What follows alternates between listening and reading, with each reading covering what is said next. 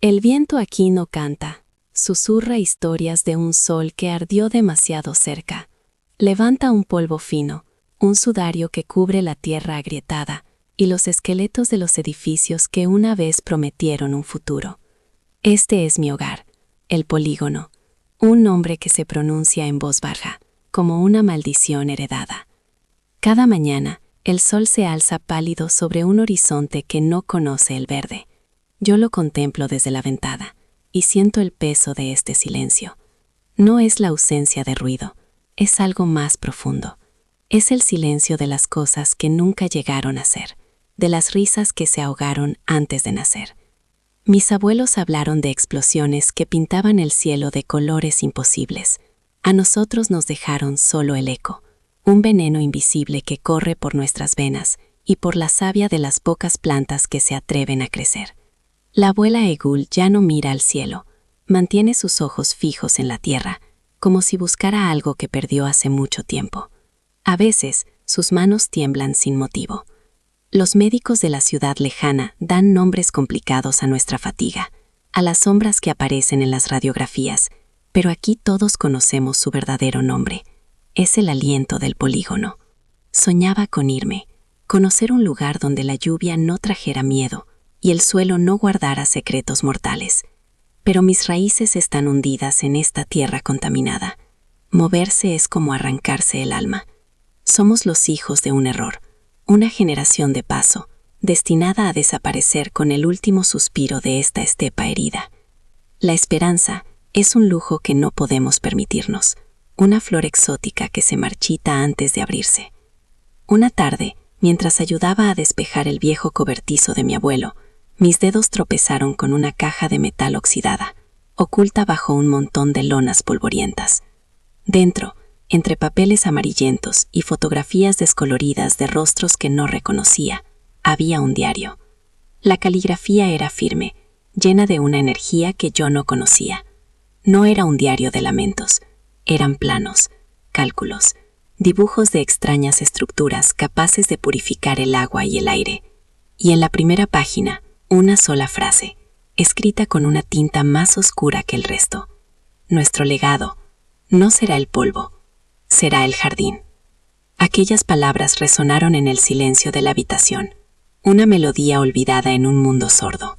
Nuestro legado no será el polvo, será el jardín. Pasé noches enteras con la única compañía de una vela, descifrando los secretos que guardaban esas páginas.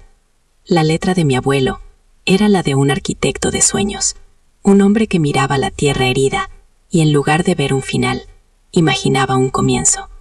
Sus dibujos no eran fantasías, eran instrucciones, molinos de viento diseñados para capturar la más leve brisa, filtros de carbón y arena capaces de limpiar el veneno del arroyo, cúpulas geodésicas para cultivar alimentos en un suelo que se creía estéril.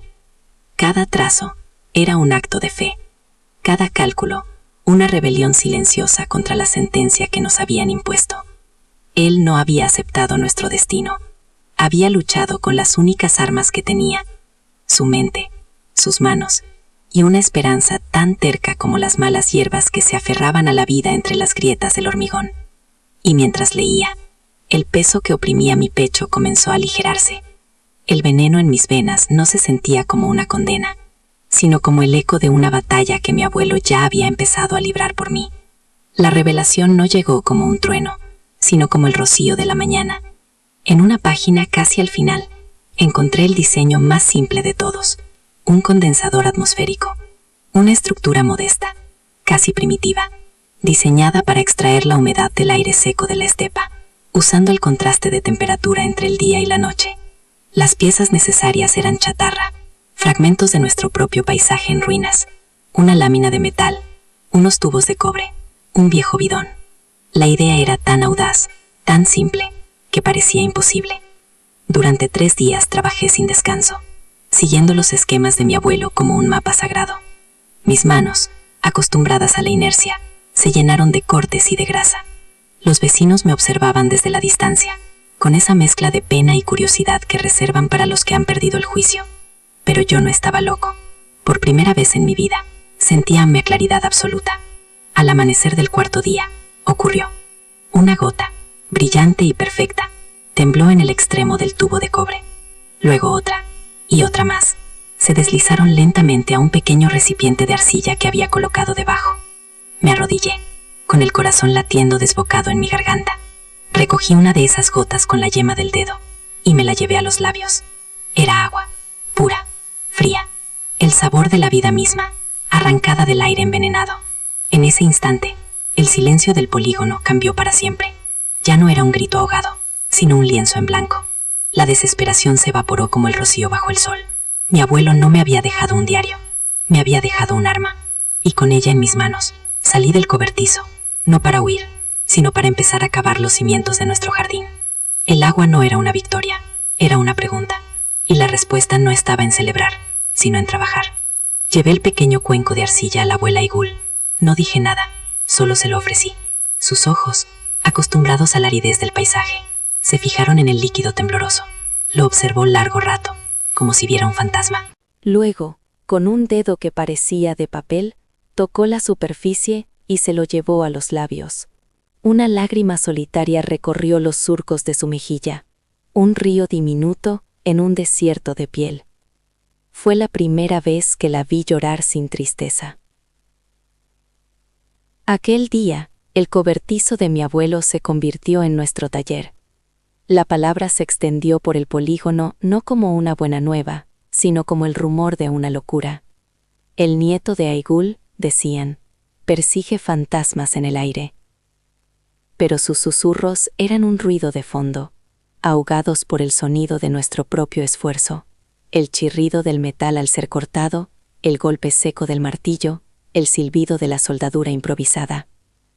Cada pieza de chatarra, cada resto de las estructuras que nos condenaron, se transformaba en nuestras manos. Los esqueletos del pasado se convertían en los huesos de nuestro futuro. Construimos más condensadores, cada uno más grande y eficiente que el anterior. Los colocamos en los puntos más altos, orientados según los cálculos del diario, como centinelas silenciosos que montaban guardia contra la sed. Pronto, un goteo constante se convirtió en un hilo de agua, y el hilo en un murmullo que llenaba un viejo tanque de almacenamiento que habíamos limpiado y reparado.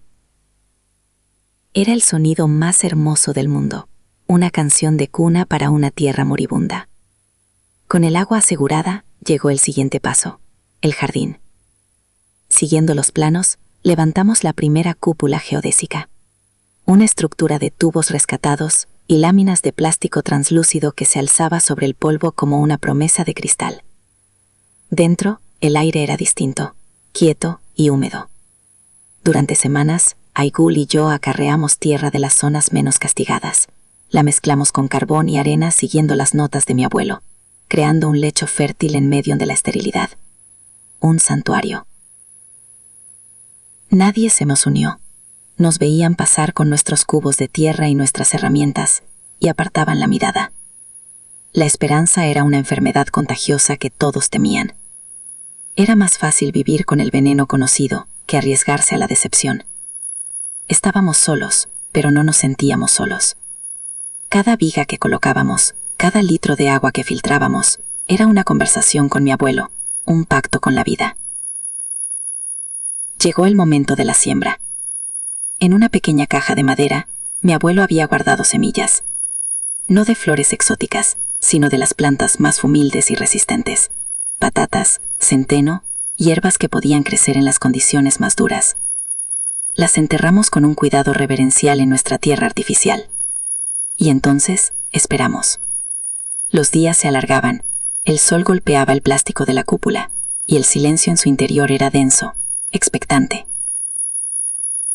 Una mañana, Aigul me llamó con una voz que apenas era un susurro. Entré en la cúpula y la vi arrodillada. Señalaba un punto en la tierra oscura.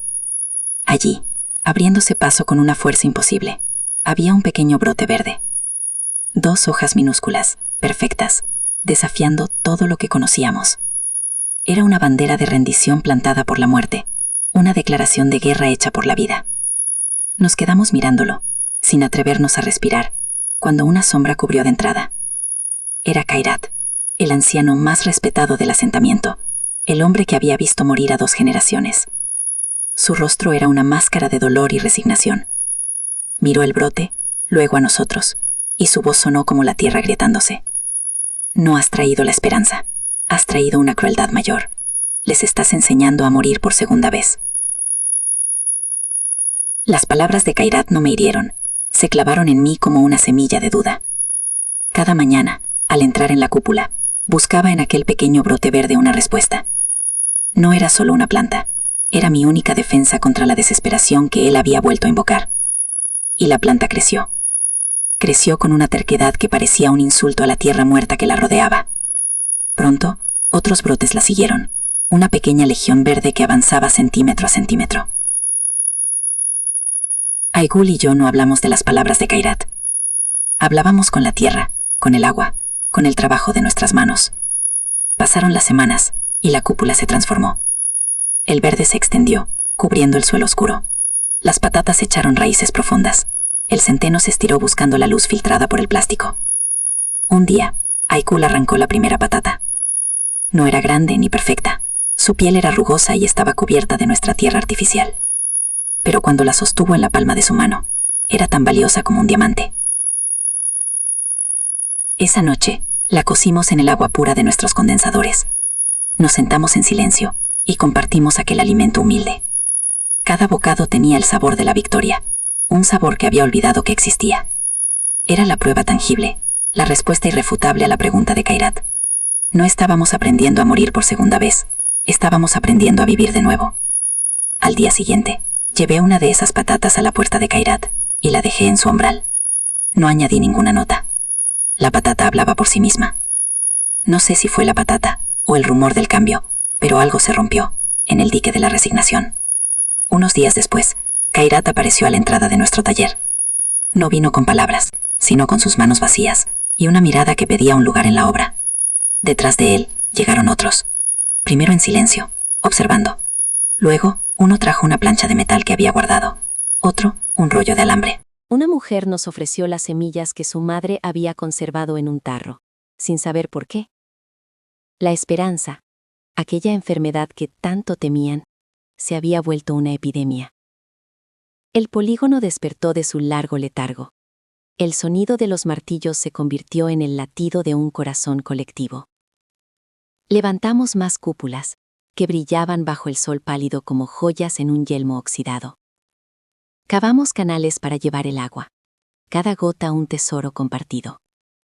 Los niños, que antes jugaban entre ruinas, ahora aprendían a distinguir los brotes de las malas hierbas.